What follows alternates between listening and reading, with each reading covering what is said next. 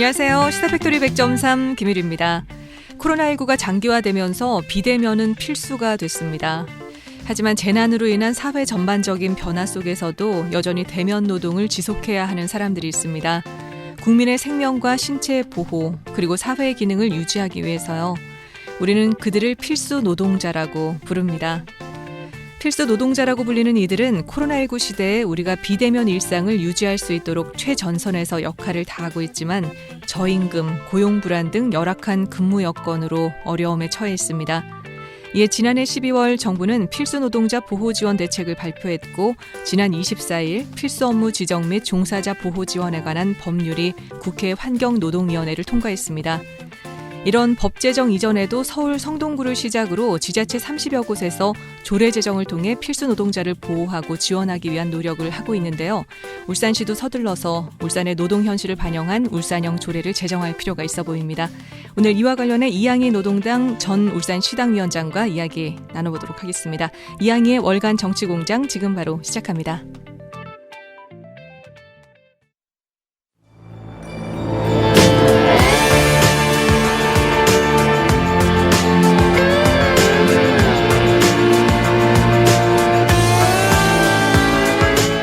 이향희의 월간 정치 공장. 네, 이양희 위원장님 어서 오세요. 오랜만입니다. 그동안 잘 지내셨어요? 네, 뵙고 싶었습니다. 더 아름다워지셨습니다. 고맙습니다. 우리 서로 계속 화사하세요. 네, 고맙습니다. 시사팩토리 청취자 여러분 반갑습니다. 방금 소개받은 정치공장의 이양희입니다. 제가 달력을 쭉 보면서 돌이켜보니까 작년 10월 달에 코로나19 한복판에서 제가 정치공장을 시작했더라고요. 네. 근데 오늘을 끝으로 이제 정치공장이 문을 닫아요. 청취자분들 깜짝 놀라셨나? 네. 그러니까 사실 그간 방송을 돌이켜보니까 울산을 포위하고 있는 핵발전소 문제나 또 코로나19 상황에서 울산의 의료 문제 같은 시민 안전을 중심으로 한 이야기를 제가 주로 했더라고요. 네, 도움이 많이 됐어요. 네, 감사합니다. 그래서 오늘 마지막 방송 역시 저의 주테마인 울산 시민들의 안전을 핵심이라고 할 수 있어서 이 부분과 관련해서 코로나19 상황의 필수 노동 종사자들의 이야기를 준비해봤습니다. 주파수 고정하시고 끝까지 경청해 주시기 바랍니다. 네, 마지막 방송이라니까 또 깜짝 놀라신 분들 계실 텐데 정치공장이 문을 닫는 거지 시사팩토리에서 이양희 위원장님 계속 만날 수 있습니다. 울산을 비롯한 동남권 정치 관련 소식 계속 뭐라고 해야 되지? 네, 계속 알려주실 계획이시잖아요. 그럼 아쉬움을 좀 잠시 뒤로 하고 오늘 준비해 오신 이야기 시작해 보도록 하겠습니다. 네, 시작할 때 김유리 아나운서가 잘 설명해 주셨는데요. 지난 24일 국회 환경노동위원회에서 전체 회의를 열고 필수 업무 지정 및 종사자 보호 지원에 관한 법률을 심의하고 의결했습니다. 이로써 필수 노동자들을 위한 국가와 지자체가 책임져야 할 부분, 그리고 필수 노동자 지원위원회라는 기구를 설치하고 운영할 수 있는 근거가 마련됐는데요. 물론 국회 본회의 통과가 남아있지만 통상 이렇게 환노위 통과하면 전체 회의도 통과되기 때문에 법안이 거의 마련됐다라고 볼 수 있을 것 같습니다. 모처럼 반가운 소식이네요. 코로나19가 이렇게 우리 사회를 덮쳐서 모두가 멈춰야 할 때조차도 일해야 하는 노동자들에 대해서 진짜 전 사회적으로 우려가 있었는데 늦었지만 진짜 다행이고 이양희 위원장님 그러면 이 법안에 대해서 좀 자세히 알아볼까요? 네. 가장 크게는 정부랑 울산시가 필수 노동자들의 안전과 건강 보호를 위해 필요한 시책을 수립하고 시행하고 공공 서비스를 제대로 제공해야 한다는 것이 법의 취지인데요. 또 근무 여건 개선에 관해 노력하고 고충 해결이나 심리 상담 지원 체계 확충에도 힘쓸 것을 법에 명시하고 있습니다. 네. 이 법률에 근거해서 고용노동부 장관이 위원장을 맡고 부위원장을 포함해서 15명의 위원을 로 이렇게 구성되는 필수 노동자 위원회를 만들 수 있고요. 여기서 이제 필수 업무가 뭔지, 종사자들의 범위를 어떻게 정할 건지, 그리고 지원 계획은 뭘로 만들 건지 이런 걸 조사나 평가에 관한 사항 다 심의하고 의결하는 역할을 맡게 됩니다. 그렇군요. 돌봄, 택배 종사자 등 코로나19로 그 중요성이 더 커진 필수 노동자들을 위한 전담 조직으로 이 필수 노동자 지원을 위한 컨트롤 타워 역할이 좀 기대가 되는데 관련 준비 어떻게 되고 있나요? 작년 12월 정부가 발표한 필수 노동자 보호 지원 대책은 취지나 방향은 바람직하지만 네. 실효성 있는 구체적인 대책이 부족하다라는 노동계의 비판이 있었고요. 네. 이미 코로나19 상황이 한창 진행 중이고 또 이미 3, 4월 4차 대유행이 예상되는 상황에서 신속하게 세부 대책 마련이 필요하다라는 전문가들과 노동계의 우려가 있었습니다. 네. 일단 이런 우려들을 다 반영해서 이번에 환노위에서 통과시켰다라고 좀 보고 싶고 네. 일단 이 법안 마련을 그 출발선에 선 점은 충분히 네. 긍정적이다라고 저는 좀 평가합니다. 그리고 필수 노동자, 필수 업무 종사자라는 표현이 계속 등장을 하는데 청취자들의 이해를 돕기 위해서 이 부분 좀 설명을 하고 이어가면 좋을 것 같아요. 정말 좋은 지적인데요. 필수 노동자 지원을 위한 법률인데 이 필수 노동자는 과연 누구인가? 네. 다시 한번 좀 확인하는 누군가요? 게 필요할 것 같아요. 네. 우리 법률상 필수 노동자라는 부분이 처음 등장했던 건 2006년 노무현 대통령 시절이었습니다. 네. 노동조합 및 노동관계 조정법이라는 법률에 42조와 71조에 필수 노동자라는 표현이 등장하는데요. 네. 42조를 좀 살펴보면 필수 유지 업무, 그러니까 필수 공익 사업장의 업무 중에 그 업무가 정지되거나 폐지되는 경우 공중의 생명이나 건강, 신체의 안전이나 공중의 일상생활을 현저히 위태롭게 하는 업무를 대통령이 정하고 네. 이 업무에 종사하는 사람들은 일을 관둘 수가 없어요. 그러니까 노동자들이 노동조합을 만들고 자신들의 요구를 관철시키기 위해서 파업이나 쟁의행위를 하잖아요. 네. 근데 대통령이 여긴 필수 업무 사업장이라서 너네는 안 돼라고 하면은 헌법에서 보장되고 있는 노동 상권이 중단되는 거예요. 그 사람들은 노동조합 파업 못해. 네. 이런 게 이제 2006년에 이 법안이 처음 만들어졌고 그럼 필수 공익 유지 사업장은 어떤 거지라는 게 궁금하시죠? 그렇죠. 71조에 같이 나와 있는데요. 네. 전기 노선, 여객 운수 사업이나 항공 운수 사업, 수도, 전기, 가스, 석유 정제 사업, 석유 공업 사업, 그리고 공중위생 사업, 의료 사업, 혈액 공급 사업, 은행이나 조폐 사업, 방송이나 통신 사업이 여기에 포함돼요. 그래서 그렇군요. 실제로 코로나로 난리가 나고 노동자들이 자신들의 노동권을 지키기 위해서 뭔가 강력하게 요구해야 돼도 네. 병원이나 한국은행이나 통신 사업이나 의료나 이런 네. 공공 서비스 노동자들은 이제 다 그걸 못 하는 거죠. 그렇군요. 저희 필수 노동자인가요? 지금 방송하고 있어서. 방송 맞습니다. 아마 이 방송을 유지하기 위해서 네. 파업하실 때 최소비 인원 몇 명은 이 방송 유지되게 남겨놔야 돼라고 얘기하죠. 근데 네. 그러면 이제 파업권이 성사가 안 되는 거잖아요. 그렇군요. 사실 2006년 노무현 정부는 네. 국가가 국가 유지에 반드시 필요한 필수 유지 업무를 정하면서 필수 유지 노동자에 대한 고용 보장이나 심은 보장은 일체 없이 네. 파업권 제약, 그러니까 의무만 부과하는 법률을 제정해서 그러네요. 실제로 노동계에서 정말 반발을 많이 했고요. 네. 결과적으로는 왜냐하면 이 필수 유지 업무 관련법이 필수 공익 사업장 노동자들의 노동 상권을 제한하는 법으로만 그렇게 계속 될수 작동했으니까요. 있네요. 제가 예를 하나 더 들어볼게요. 네. 이게 사실 병원에는 시설 관리나 조리실 업무 같은 경우도 필수 유지 업무잖아요. 그쵸, 그 병원을 환자들, 네. 유지하기 위해서 필요한 업무니까. 그렇죠. 근데 이거 다 외주화하고 있고 실질적으로 필수 유지 업무지만 이 병원이 도산을 하거나 폐업을 한다고 해도 국가가 책임지지 않아요. 네. 이분들의 고용 승계를 보장하지 않고 이 병원을 계속 유지시키기 위해서 국가가 나서지 않죠. 네. 가스 산업 같은 경우도 안전관리 업무도 필수 유지 업무지만 다 외주화됐고 특별하게 고용 보장도 없어요. 네. 울산 같은 경우 경동 도시가스 여성 노동자들이 일상적으로 성폭력에 노출돼가지고 네. 2인 1조로 안전점검하게 해달라고 시청에서 농성했던 사례 기억하시죠? 네. 기억나죠. 실제로 코로나19 확산 이후에 지자체 30곳에서 필수 노동자 지원 조례를 만들면서 네. 그 기준으로 대면 노동의 불가피 정도나 공공재 성격 여부를 필수 노동자를 정의하는 기준으로 삼고 네. 돌봄 노동자, 간호사, 버스기사, 우체국 택배 노동자, 환경미화 청소 노동장을 다 이제 포함시키자. 네. 이런 논의가 있었고요. 이건 이제 우리뿐만 아니라 전 세계적으로도 그런데 네. 영국 같은 경우는 필수 노동자를 건강과 사회 돌봄을 최전방에 일하는 사람들, 최전방 노동자라고 표현하면서 이 개념이 이제 전 세계로 확산되기도 했고, 네. 그래서 누구를 필수 노동자에 포함할지라는 게 여전히 사회적으로 논의 중이고, 네. 가까운 예로 이제 우리나라 사람도 워낙 미국 좋아하니까 미국 얘기 하나만 더 들어볼게요. 미국 같은 경우 이제 연방 정부에서 필수 노동자들한테 $25,000를 지원하는 내용을 담은 법률을 네. 작년에 발표했어요. 코로나 때문에. 네. 근데 이제 그 수혜자를 살펴보니까 의료계 종사자, 의사 간호사로 국한돼 있었던 거예요. 네. 근데 사실 병원에 가면 우리가 만나는 사람은 의사 간호사뿐만이 아니라 많잖아요. 그렇죠. 우리 사회 필수 노동자에 대한 관심과 그 중요성에 비해서 지금 말씀하신 관련 법률과 제도 정비는 여전히 좀 걸음마 단계다 이런 생각이 들어요. 이번 법안 마련으로 좀 변화가 있을까요?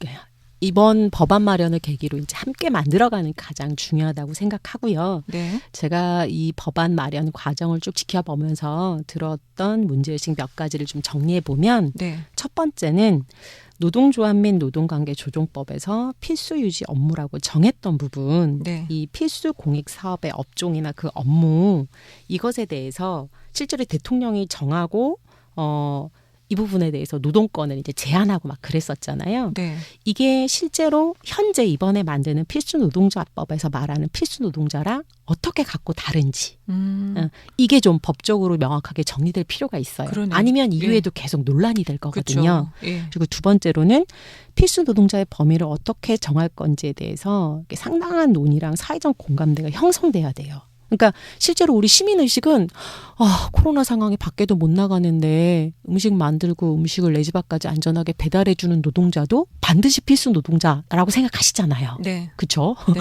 그리고 버스 운전자도 반드시 필수 노동자라고 생각하는데 이런 것이 각 법령마다 다르게 표현되거나 다르게 해석될 여지가 있다면 네. 사실 문제가 많겠죠.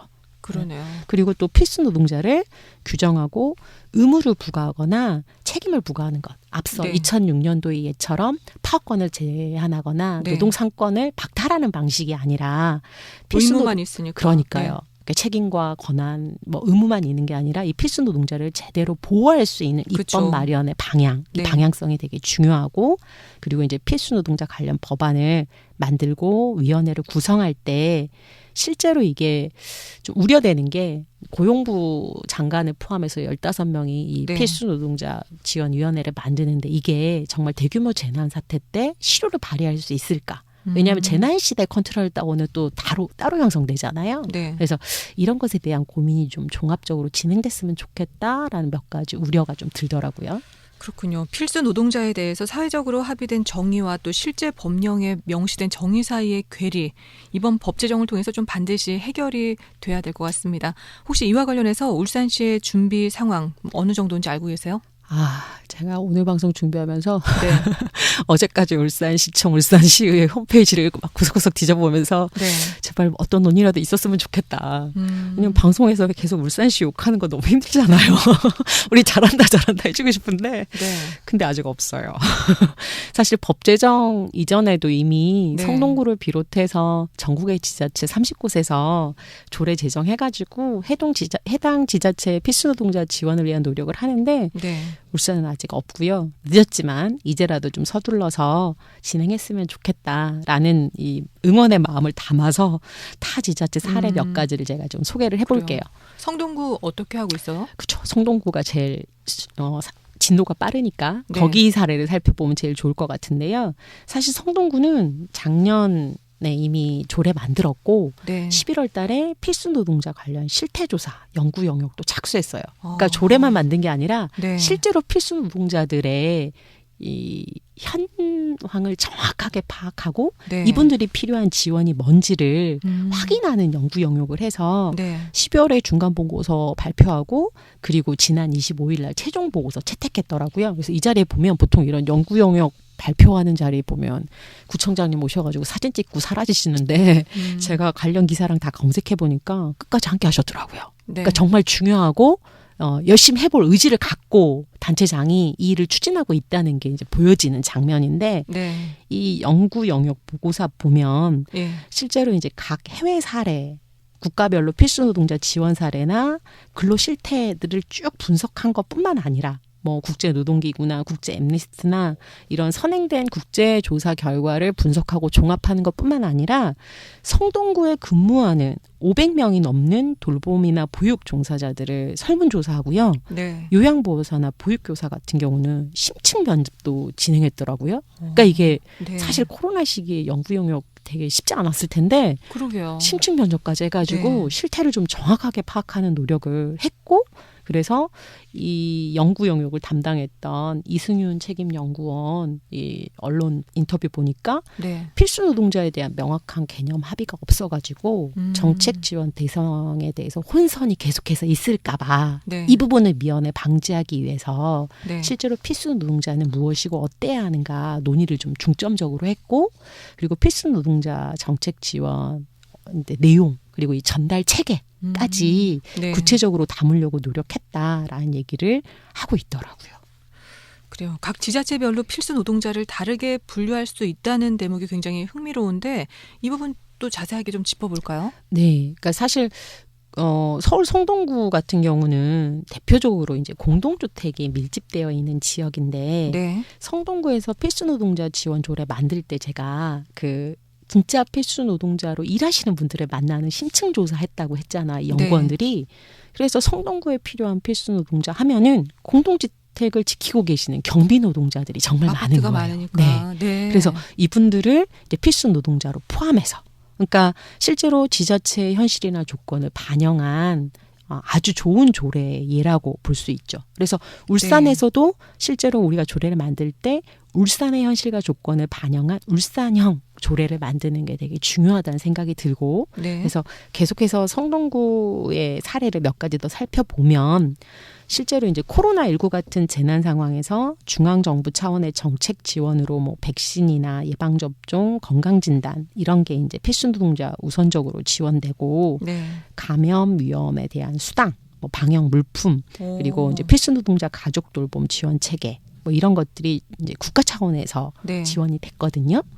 근데 이제 지방 정부 차원에서는 네. 실제로 마스크나 손소독제, 보호장구 지원하고 돌봄이나 복지시설에 대한 방역 전담 인력을 또 지원하고 네. 필수 노동자들이 우울감 증가에 따른 상담 서비스도 또 지원해주고 네. 기간이나 종류, 업무 특성에 따라서 이렇게 정말 차별화된 대응 매뉴얼들을 쭉 제시했더라고요. 네. 저는 되게 놀랬던 게 실제로 필수 노동자 정책 지원을 위한 전달 체계에 대해서 중앙 정부의 역할도 강화시키지만 해당 지자체가 네. 자기 지역에 맞는 맞춤형 지원 체계를 많이 고민하고 구체적으로 그러네요. 실행한 게 네. 되게 좋은 장점이라는 생각이 들었고 실제로 성동구 같은 경우는 9월에 필수 노동자 지원 조례를 전국 최초로 제정하고 네. 필수 노동자 지원위원회도 이미 구성했어요. 지난해 그리고 9월에. 예. 네. 그리고 성동구형 필수 노동자로 돌봄, 보육, 보건의료, 운송, 공동건물 관리, 청소, 그러니까 여기에 경비도 다 포함되는 거죠. 네. 이런 분들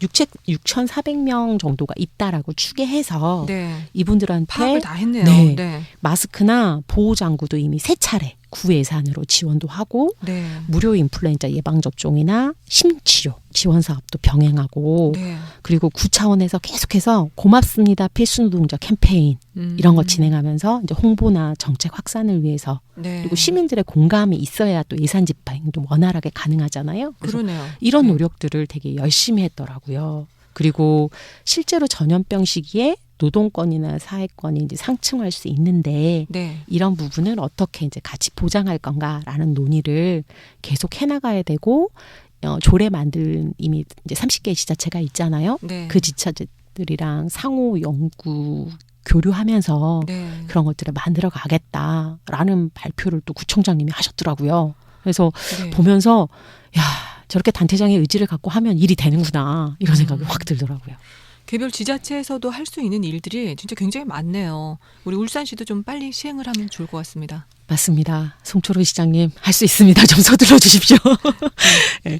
필수 노동자는 대부분 이제 공공 서비스를 제공하는 노동자들이라서 네. 정부랑 사실 울산시 역할이 매우 중요합니다. 그렇죠. 이제 백신 접종하고 있잖아요. 네. 백신 얘기 나왔으니까 예. 저 이 부분 얘기를 다시 한번 좀 짚고 싶은데 지난 2월 말부터 코로나19 백신 접종 시작됐잖아요. 네. 그래서 정부가 정한 기준에 따라서 고위험군 의료기관 종사자, 요양병원, 시설 입소 종사자 뭐 백신 접종이 진행 중인데 사실 정부가 정한 백신 접종 기준에 이제 사각지대가 있습니다.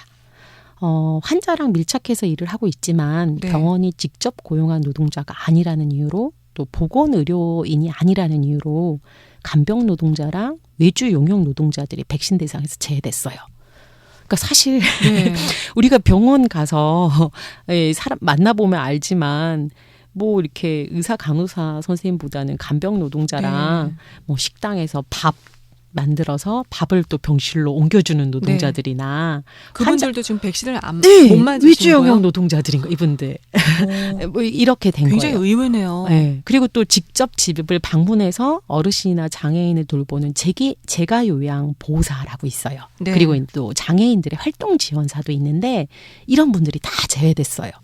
그나마 이제 간병 노동자랑 위주 영역 노동자들은 각 병원 상황에 따라서 병원에 네. 할당된 백신이 있을 거 아니에요. 근데 그 백신이 만약에 남는다 하면 이제 그분들도 접종해주고 안 남으면 접종 안 되고 뭐 이렇게 되는 거예요. 네. 그래서 이런 사각지대를 없애고 각 지자체가 이제 수정 보완하는 노력들이 되게 중요하다라는 생각을 좀 하게 됐어요. 진짜 그러네요. 같은 병원에서 일하면서 의사와 간호사가 아닌 노동자는 백신 접종에서 제외가 되고 있다니까 진짜 충격적이네요. 맞아요. 사실 우리 병원 가면 앞서도 말했지만 네, 의사 저 당연히 선생님, 맞는 줄 간호사 알았어요. 선생님은 잠깐 봬요. 네. 오히려 이 요새는 간호간병 통합 서비스 되게 많이 하고 그렇죠. 그리고 또 코로나 때문에 보호자들도 병원에 출입이 안 돼서 그리고 한 분이 간호하시면서 여러분을 이렇게 맡아서 하시던데. 그래서 원스톱으로 간호간병, 네. 통합병동 이런 게 되게 많은데 그때 간병인들로 일하시는 이 노동자들이 백신 접종 우선 접종 대상이 아니라는 건 다소 충격적이죠. 네. 사실 예를 들면 이렇게 충격적인 게 한두 가지가 아니에요. 사실 버스 노동자나 콜센터에서 하루 종일 상담 업무를 진행한 노동자들의 경우는 네. 마스크 미착용하면 10만 원 벌금 내야 되잖아요. 그렇죠. 근데 이 버스 노동자나 콜센터 일하는 노동자들한테 마스크는 네. 사실은 본인의 직업 성격상 꼭 필요한 장비잖아요. 근데 그쵸. 이거 제대로 직업 안 하고 네. 처벌한다는 게 좀 말이 안 되죠. 그죠. 우리 당연히 방송 지급을 해줘야죠. 네. 네. 우리 방송 30분 하는 동안도 마스크 착용하고 하면 얼마나 답답해요. 맞아요. 근데 콜센터 직원들은 하루에 8시간 정말 장시간 상담 업무 네. 진행하는데 귀도 얼마나 아파요. 맞아요. 네. 이게 되게 숨차잖아요. 그래서 이분들 같은 경우는 근무 규약에 50분 상담하고 10분 휴식 이런 게 있는데 네. 실제로 이게 지켜질까요? 안 지켜질까요? 잘 안 지켜져요. 이런 게. 그러네요. 그래서 네. 오히려 이런 공공 서비스는 공공이 제대로 책임지자. 가 정규직으로 채용해서 안정적으로 서비스 진행할 수 있도록 해야 되고요. 네. 돌봄, 배달, 청소 모든 영역의 노동자가 최저임금이나 불안정 노동 상태에 놓여 있다는 건 이제 우리 시민들도 다 아시잖아요. 네, 맞아요. 탁상 행정이 아니라 좀 실질적인 효과가 있는 법안을 좀 마련하기 위한 방법. 마지막으로 한 번만 더 정리하고 오늘 마무리하도록 하겠습니다. 네. 필수 노동자에 대한 실질적인 보호나 지원을 위해서 인력 확충이랑 처우 개선이 핵심이라고 생각하고요. 우리나라는 필수 서비스 고용 규모가 선진국에 비해서 매우 낮은 편입니다. 장기적으로 그래요? 좋은 일자리 만들기 위해서도 네. 해당 영역의 일자리, 좋은 일자리 만드는 건 되게 중요하고 정부 얼핏하면 좋은 일자리 만들겠다고 얘기하잖아요. 네. 이번 기회에 필수 노동자들, 네. 이 노동자들을 좋은 일자리에 정규직 공공의 책임을 좀 강화하는 형태의 일자리로 만드는 게 좀 필요하고 현장 노동자, 당사자들의 의견 수렴을 통해서 울산시 조례 제정에 필수 노동자들 의견이 좀 담긴 제대로 된 실효성 있는 조례가 될 수 있었으면 좋겠습니다. 그래 오늘 여기까지 하겠습니다. 이양희 후보자님 오늘 후보자? 선거라서 저 후보라고 표현하시는구나.